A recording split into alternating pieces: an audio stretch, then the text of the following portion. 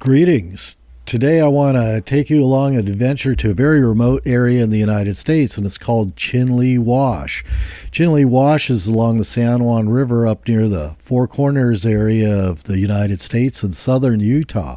And there's really not too many ways you could access this. Yeah, you get pretty close by car, but for the most part you either got to walk, you got to take a horse, or you got to hop on a boat. And this time we took a boat with my buddies, and we ended up down at the mouth of Chinle Wash in the San Juan River. And I did a little bit of an adventure around the Wash area itself and walked up Chinle Creek a little ways. And it's known for a lot of cool archaeology and some cool geology and some overall just sites to get a vibe of the Colorado Plateau. Now, it is up on the Navajo Indian Reservation, and you do need to get a permit to go up in this area. So we got a permit from the Navajo Nation to camp there. We basically camped there about a day and a half and checked it out. I'd been to this area before, so I kind of had been reconnoitering around there and decided, well, on this trip, it's been a long time. Let's give a good gander and see what we could see. There's a large rock outcrop called the Mule's Ear Diatreme. And I kind of looked at it, had my eye on it, thought, oh, maybe I'd go up to that. But lo and behold, I decided I'll go up to the Baby Mules here. And so I kind of set my sight towards the west and walked in that direction and such. I had camped in the region a long time ago before, and I wanted to check out an old camp, and I decided to kind of bypass that for the meantime and walk over to an old camp. And lo and behold, on my way over there, I found an old ruin. And checking this out, I saw that it looked like a line cabin, probably built in the 50s or 60s, and subsequently had collapsed. I didn't see anything really old like wire nails and such. Definitely it was locked, so I didn't go inside of it, but I did poke around. Also, interestingly, nearby was a root cellar, and I kind of checked that out and wondered about the people that might have used this. There's some active cattle grazing in the area and ranching in the region that the folks who use the land actually do. And of course, there was some stuff kind of left over, but not a whole heck of a lot of stuff. You could definitely tell that over the years they spent some time building this. And it was actually very, very cool. But, as lifeways change and such, kind of came into disrepair. So very interesting. And, of course, there's some cool tilted rocks around this area. So I thought that was kind of neat. I set my sights back towards the Baby Mules here and started hiking up on this bench and saw some of the locals around there, at least some of the locals that I saw there. I figured it was maybe a meaning. My spirit animal came to greet me, so to speak. But then I saw some petrified wood, and in some of the old ancient river gravels, there is some neat petrified wood, so I got to check that out. Finally, I made it up on top of Baby's Mules here and got a commanding view of the area and took a gander around to see the lay of the land and enjoy a few minutes while I had a sandwich and stuff. I eventually saw some things that I thought I might go check out. And off in yonder distance, kind of up the canyon of Chinle Creek and such, I saw some alcoves and wondered if there'd be some ruins up in that area. So I headed off in that direction. I decided to travel a little bit overland that way. Shimming down from Baby Mules here and walking towards my destination, I came across a Hogan and Old Homestead site.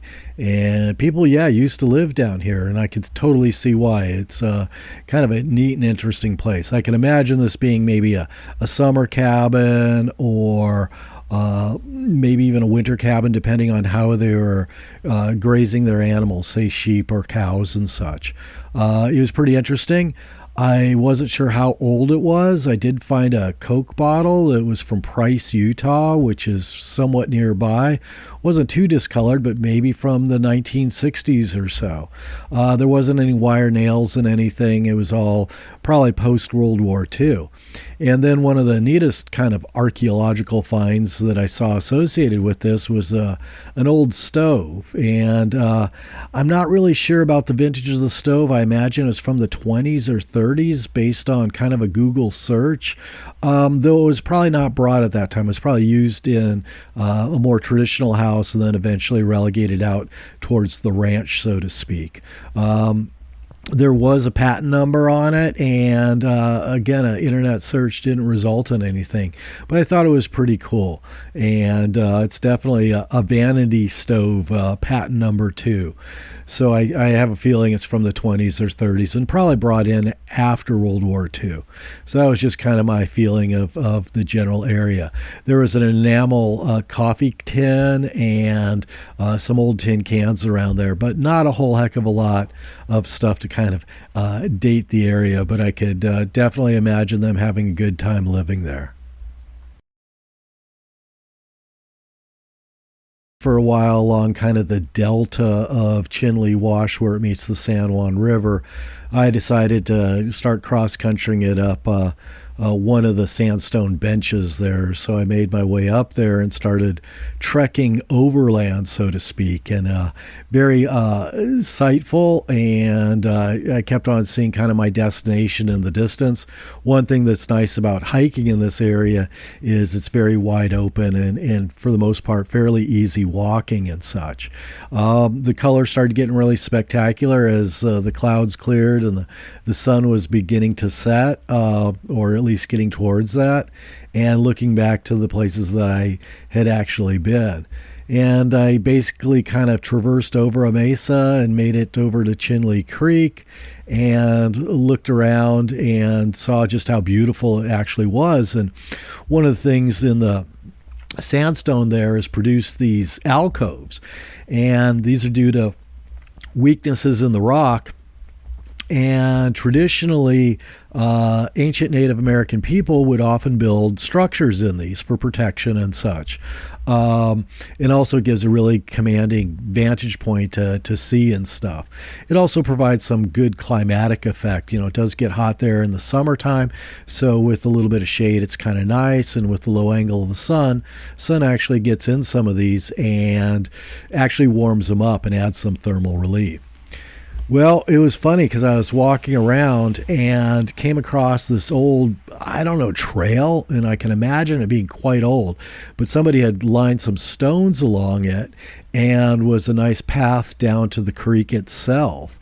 So I imagine this has been used for thousands of years. I mean, you know, the archaeology in the area goes back, you know, at least 9,000 years, maybe even 12,000 years, at least in the region. So it's a very lucrative place to actually live because you have a lot of resources here. You have permanent water, and you do have this kind of high desert ecotone. There's some junipers nearby and other things, and oak trees and such, and abundant wildlife. Bighorn sheep today, wild turkey, bobcat and such. We've all seen that on the river. But so I thought this trail was really, really kind of neat and made it down to the creek itself. And walking along the creek, there's a lot of archaeology around there.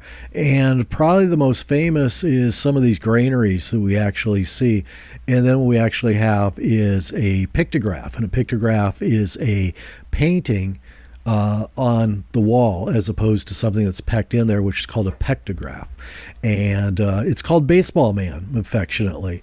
And I really don't know its meaning, but it's definitely iconic for the area.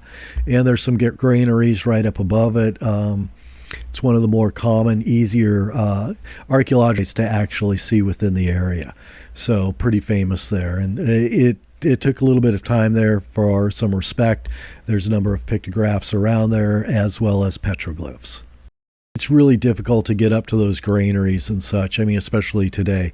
If there was a large cottonwood tree with a bunch of knots in it from old branches and stuff, you could probably make a ladder, or you could actually rope down, but I wasn't confident in my climbing skills to get up there.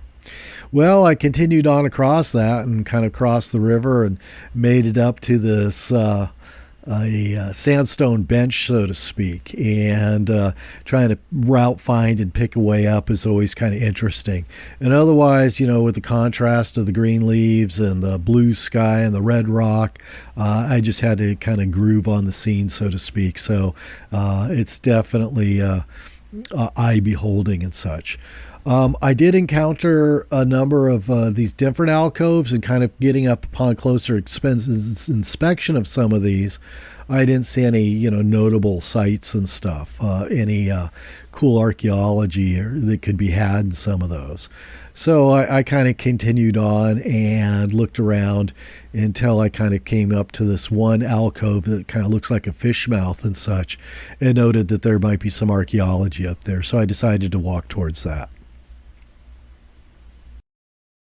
Across the kind of the black brush sandstone bench right there, and walked ever and ever closer, and again just kind of grooved on the light of the day and the overall scenery. And so my destination was easy to see, and just kind of proceeded up towards that. And what was really kind of interesting as I got closer and closer, with the sun and the glow and everything, just became somewhat magical inside of it. So I got closer and closer to the base of it, and actually found some water, which was quite refreshing. I could wash my hands and stuff from and face from the affairs of the day, and kind of figured on the way getting up there. Now, I will make a disclaimer here that my ability might not be your ability to do such things. And if you don't feel comfortable going up what we call slick rock around here, don't do it. Usually I recommend going with a companion and maybe having some rope, and it's a lot easier to go up some of these sandstone things than actually going down. Now, I'll tell you that back in the day, I figure the kids, the old woman routes, definitely a lot more technical for a person like mine. But lo and behold, as tradition goes with making content creation, your camera runs out of a battery, and so actually getting up there, I ran out of power, and away it goes. So I really didn't get much footage except for some of the stills that I'd taken from down below, and looking back and such. So yeah, there is a neat archaeological ruin up there. As a rating of 1 to 10, I would give it definitely a 7 or so, as ruins go. And there's a lot of other archaeology that I didn't share with you in this video. If you get up to this area, you'll explore yourself, and you'll see the stuff.